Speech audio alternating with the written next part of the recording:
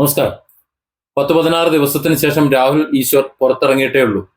പുറത്തിറങ്ങി മണിക്കൂറുകൾക്കകം വീണ്ടും ജയിലിലേക്ക് തന്നെ പോകാനുള്ള, പിന്നീട് ജാമ്യം ഇല്ലാതെ തന്നെ കിടക്കാൻ പറ്റുന്ന ഒരു രീതിയിലേക്കാണ് രാഹുൽ ഈശ്വർ കാര്യങ്ങൾ കൊണ്ടുചെന്നെത്തിക്കുന്നതെന്ന് പറയാതിരിക്കാൻ നിവൃത്തിയില്ല. ഒന്ന് രാഹുലെ ഈ വീഡിയോ കാണുന്നുണ്ടെങ്കിൽ ഒന്ന് മനസ്സിലാക്കുക, താങ്കൾ എന്തുകൊണ്ടാണ് അറസ്റ്റ് ചെയ്തത് എന്ന്. ഇവിടെ ഇലക്ഷൻ കഴിഞ്ഞു, തെരഞ്ഞെടുപ്പ് കഴിഞ്ഞു, താങ്കളുടെ ആവശ്യവും കഴിഞ്ഞു. പിണറായിയെ സംബന്ധിച്ചിടത്തോളം ഇനി താങ്കളെ അകത്തിട്ടേണ്ട ആവശ്യമില്ല. പക്ഷെ താങ്കളായി അകത്ത് പോയി കിടക്കാൻ നിൽക്കരുത്.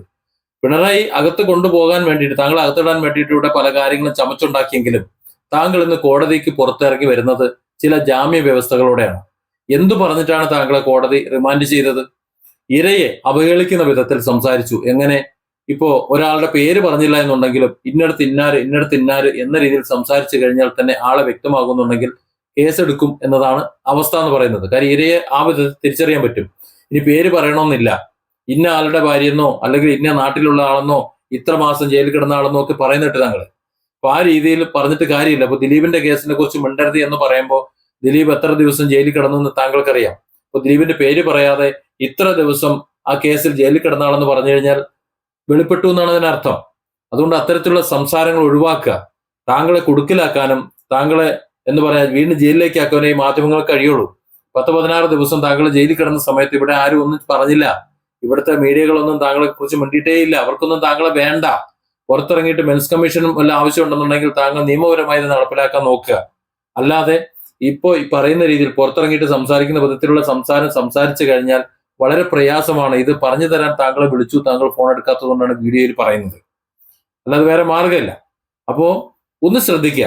നമ്മളൊക്കെ അത്തരത്തിൽ നിയമ നടപടികളിലൂടെ കടന്നു വന്നവരാണ്, ജയിലിൽ കിടന്നവരാണ്. അതൊക്കെ ചെയ്യാത്ത തെറ്റുകൾ തന്നെയാണ്. സംഗതിയൊക്കെ ശരി.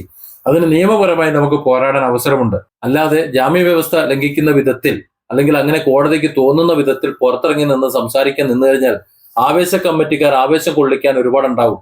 ആ ആവേശത്തിനനുസരിച്ച് താങ്കൾ തുള്ളാൻ നിന്ന് കഴിഞ്ഞാൽ ഇറങ്ങിയതിനേക്കാൾ ഇരട്ടി വേഗതയിൽ അകത്തു പോകും. പക്ഷെ പിന്നെ പുറത്തു വരാൻ കുറച്ച് ബുദ്ധിമുട്ടായിരിക്കും. അതുകൊണ്ട് കരുതി സംസാരിക്കുക, സൂക്ഷിച്ച് സംസാരിക്കുക. എന്റെ കഴിഞ്ഞ വീഡിയോയിൽ ഞാൻ പറഞ്ഞിട്ടുള്ളത് പോലെ നമ്മൾക്കങ്ങ് പോയി കിടന്നാൽ മതി. പക്ഷെ നമ്മുടെ വീട്ടുകാർ, നമ്മുടെ കുട്ടികൾ, നമ്മുടെ കുടുംബം, അവരൊക്കെ അനുഭവിക്കുന്ന മനോവേദനയും ടെൻഷനും ഉണ്ടല്ലോ, അതൊന്ന് വലുതാണ്.